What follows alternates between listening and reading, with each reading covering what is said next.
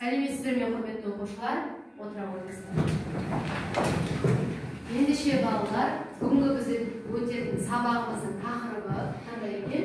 Ерлан Жүніс, менің атым тәуелсіздік өлеңі. Өте жақсы. Ендеше балалар, бүгінгі сабаққа берілген оқу мақсатымен таныстырып өтейін.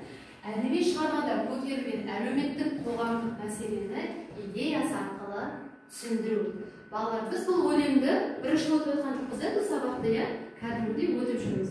Ендеше кішкене үй тапсырмасын бекіту үшін 10 сұрақ әдісін пайдаланып, сіздерге сұрақ қоятын боламын. Сол сұрақтарға жауап беріп отырып, сіздер бонус жеңесіздер. Жарай ма? Кеттер балалар. Ерлан Жүніс кім? Ерлан Жүніс 1984 жылы Алматы облысы Жамбыл ауданында дүниеге келген. Болашақ ақын Мұхаммед Хайдар Дулати атындағы әлем тілдері факультетін тәмамдаған. Мұхаммед Хайдар Дулати, өте жақсы. Оның қандай шығармалары бар? Ерлан Жүніс «Еркін дұғасы», «Ғауас», «Ғаусар», «Энтелехия», «Арманшыл таңның бұлттары» атты шығармалары бар. Өте жақсы. Тәуелсіздік дегенді қалай түсінесіңдер? Дархан? Мен тәуелсіздік дегенде еркіндік, бақыттылық, бейбітшілік, татулық деп түсінемін. Өте жақсы. Келесі. Ақын өлеңі қандай оқиға желісі бойынша жазылған? Желтоқсан оқиғасынан кейінгі оқиға жайлы жазылған. Желтоқсан оқиғасы жайлы жазылған, Қай жылы болды желтоқсан оқиғасы? 1986 жыл. 1986 жыл. 86 жыл. Өте жақсы. Тәуелсіз Қазақстан бүгінгі күні қандай балалар енді? Қазіргі Қазақстан болашағына зор үміт күттіретін жастар білімді дамулы мемлекет ретінде әлем картасынан ойып орын алды. Өте жақсы. Келесі. Алып қорғанның құлағанын көрдім. Алып тұлғалар жылағанын көрдім. Алып тауларды шайқалғанын көрдім деген жолдар арқылы ақын қандай оқиғаны меңзеп тұр? Қандай оқиғаны меңзеп тұр деп ойлайсыздар? Жырғал. Бұл өлең жолдарында ақын КСРО Кеңес одағының тарап 15 одақтас мемлекет өз тәуелсіздігін алған жайлы айтып тұр. Өте жақсы. Келесі сұрақ.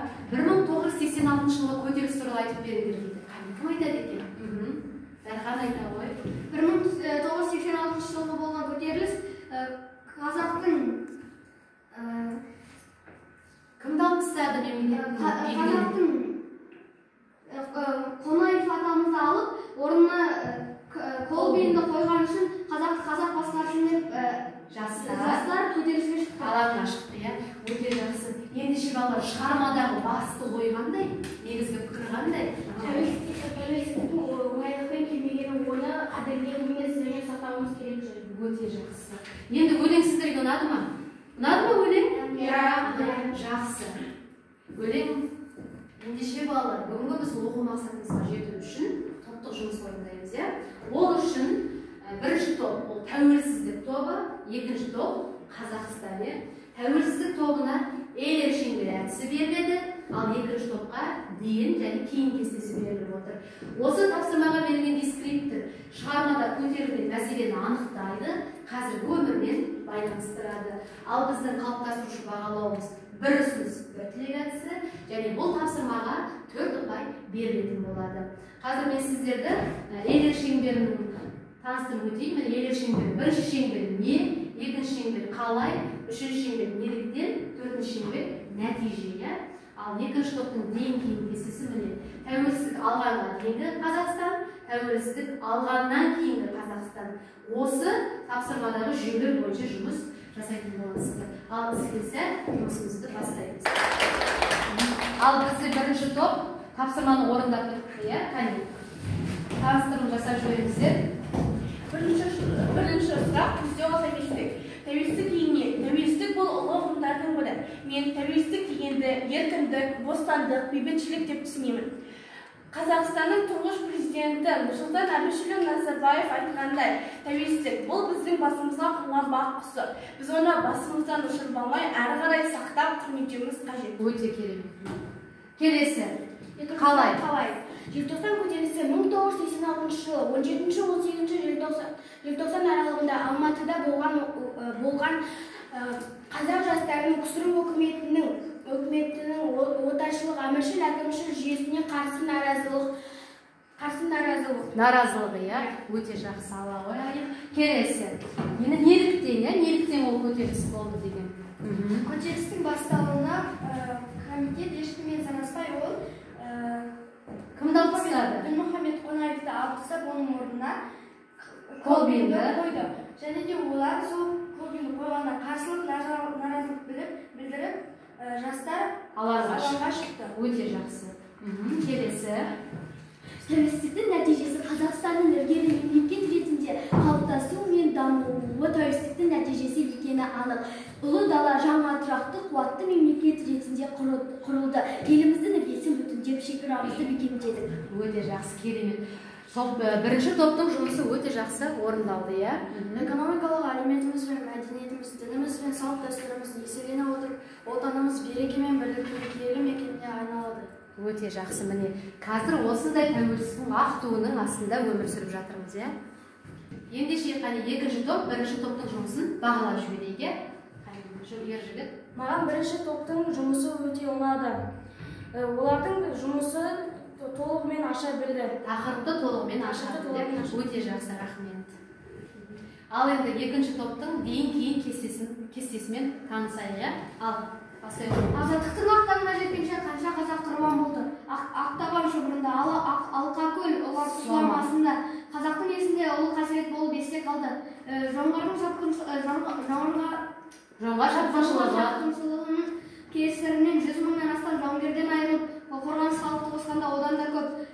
Орыс империясы қазақтарды аямады.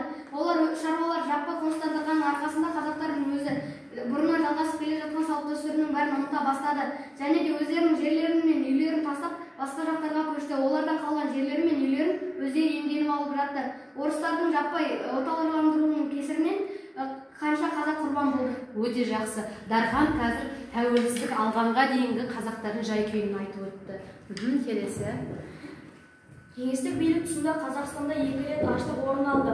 Әрине, ең қасиетті нәубет еткен ғасырдың 30-шы жылдары болды. Тарихта ұлы жұрт деген атпен белгілі ашаршылық жылдары қазақ халқы жер бетінен жойылып кетудің азап алдында қалды. Сонымен бірге 1919-1922 жылы орын алған ашаршылықта естен шығармау қажет. 1922 жылы Қазақстанның батыс және солтүстік аймақтарында 2.350.000 адам аштыққа ұшырады. Олардың көбі өлді. Үкімет тарапынан көрсетілген көмек тек қала тұрғындарына жетті. Өте жақсы. Ер жігіттің жауабына алға тұрпайы. Келесі. Қазақ халқы әсіресе оның зиялы қауымы мен партия басшылық қызметін белсенді азаматтар 1926 жылы 1930 жылы қуғынға ұшырады. 1933 жылдары 135 мың қазақ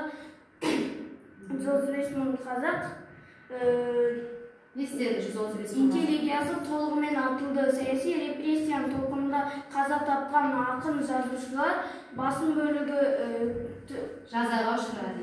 Өте жақсы. Айсұлтан бізге қазір сталиндік жаза туралы айтып өтті бізге. Бұл біздің жалғастыруы. Желтоқсан оқиғасына қатысқандарды ашық қуғынға түсірді.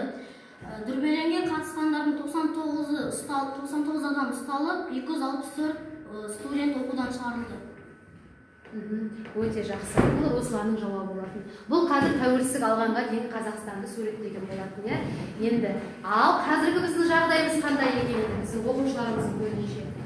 1991-16 желтоқсанда Қазақстан Республикасының тәуелсіздігі, мемлекеттік тәуелсіздігі туралы конституциялық заңы қабылданды. 30 жылдан астам уақыт ішінде елдің әл ауқатын көтеріп, мемлекеттік тілді жаңғырту үшін көптеген жұмыстар жасады. Біз бүгінге дейінгі жеткен жетістіктеріміз тәуелсіздіктің арқасында болып отыр. Елімізде білім, спорт, ғылым салалары айрықша даму үстінде. Өте жақсы, Ажардың жауабы. 30 жылдан астам уақыт ішінде көптеген жетістіктерге жеттік. Оның ішінде 1991 жылы Қазақстан егеменді ел болды. Президент жарлығымен Семей ядролық полигоны жабылды. Сонымен қатар осы жылдың 2 қазанда қазақтың тұңғыш ғарышкері Тоқтар Әубәкіров ғарыш көліне көтерілді. 1992 жылы Біріккен Ұлттар ұйымының толыққанды мүшесі атанды. 1993 жылы тұңғыш конституциялық заңымыз қабылданды. 1995 жылы 30 тамыз күні жалпы халықты Қазақстан Республикасының ата заңы қабылданды. Өте керемет. Бұл жылдарды қазір еліміздің 30 жылдық еңбегі өте зор, былай айтқанда тәуелсіздік алғанға дейін 30 жылдың ішінде көптеген жақсы істер атқарылған болатын, иә. Ендеше қазір екінші топтың жұмысын әдеттегідей бірінші топ бағалайтын болады. Маған екінші топтың жасаған жұмысы өте қатты ұнады, өйткені олар тақырыпты толықтай аша білді, және де біз топпен жақсы деген бағаға толықтай келістік. Өте жақсы, керемет, рахмет сіздерге. Балалар, енді келесі тапсырманы орындаймыз, ол бізде жұптық жұмыс. Жұптық жұмысты орындау үшін қос жазба күнделік әдісін қолданатын боламыз. Ол тапсырмаға берілген дескриптор шығармадан үзінділер келтіреді және көтерілген мәселені өз ойымен еркін жеткізеді. Қалыптастырушы бағалауымыз Мадат Сендовичі, бұл тапсырмаға берілген баға 3 балл беріледі сіздерге. Алдарыңызға дәл осындай кестені әрқайсыңызға таратып берген болатынмын. Іске сәт тапсырманы орындайық. Ал енді қазір осы қос жазба әдісін бізде ең бір жұп орындатты, тыңдайық жауаптарын. Алып құрлықтан теңселгенін көрдім, темір бұғаулар тозасын. Алып заңдардың кемсеңдеуін көрдім, империяның көз жасын. Алып құрлықта теңселгенін көрдім дегені ол КСРО-ның ішіне мемлекеттен өз тәуелсіздігін алып, бөлініп кеткендігі жайлы айтылып тұр. Ал алып заңдардың кемсеңдеуін көрдім деген ол кеңес үкіметінің сол ішіндегі 15 мемлекетке өз заңын жүргізе алмағандығы жайлы айтылып тұр. Өте жақсы, сіздердің жауаптарыңыз үшін міне ойларыңызды алсаңыздар болады. Ендеше келесі жұптың жұмысын тыңдап жіберейік. Тарихтан дәріс оқитын менің анашым орта мектепте, ұлына бірақ айтпапты кісен, құлдықпен түрме біргесін. Ерлікті айтқан үйретпеді ол ездікті, ұстатқан қалам ұстатпады ол кездікті. Қолының сенің тарихың басқа деген тек, ол бәлкім менен сөз ұқты. Өте жақсы. Тарих мәне беретін анасының ғасырлар бойы өзге елдің отарында болып еске түскен айтпау себебі жас ұрпақтың намысы тасып көзін төмен салмасын дегені, керісінше ұлы даланы мекендеген ғалымдар мен түркі жұртының ұрпағы екенін мақтан етіп, ұлының қолына соғысатын кезі емес, қалам ұстату еліміздің болашағы білім қолында екенін түсіндіргендей. Өте жақсы, керемет. Бұл да жұптық жұмыс жақсы орындалған екен. Балалар ендігі кезде жеке жұмысқа келді.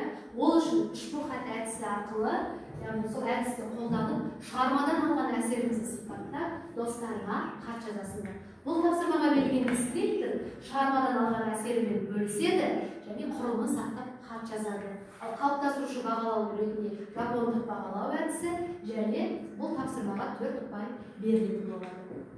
Балалар ендеше тапсырманы орындап болса, қане сол тапсырмамен бөлісеге ортаға салайық. Кім орындап болды? Жаным қане айта ғой. Сәлем Жырғал, қалайсың? Біз бүгін қазақ әдебиет сабағынан менің атым тәуелсіздік өлеңін өттік. Өлең маған қатты ұнады. Өлең жолдары арқылы тәуелсіздіктің қадірін түсінуге болады.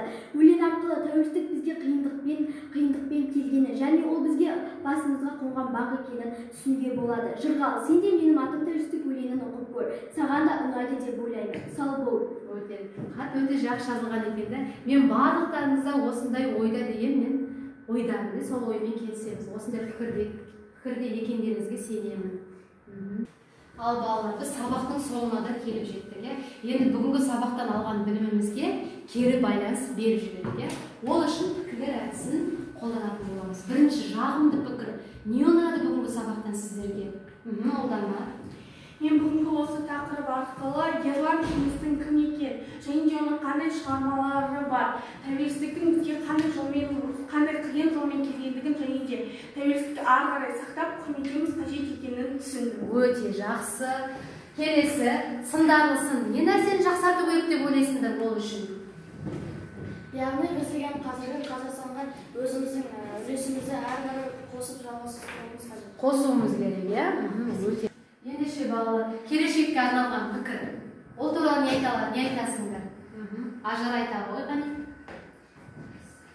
Біз тәуелсіздік сақтап қалу үшін? Біз тәуелсіздікті сақтап қалу үшін тәртіпті, сауатты, білімді, бәсекеге мықты, қабілетті болуымыз қажет. Өте жақсы. Жеке тұлға болып қалыптасуымыз керек. Ендеше балалар, үйге тапсырма. Осы менің атым тәуелсіздік деген тақырыпта шағын ой толғау жазып келесіздер үйден және сабақ соңына мәресіне жетті. Келесі сабақта кездескенше сау болыңыздар.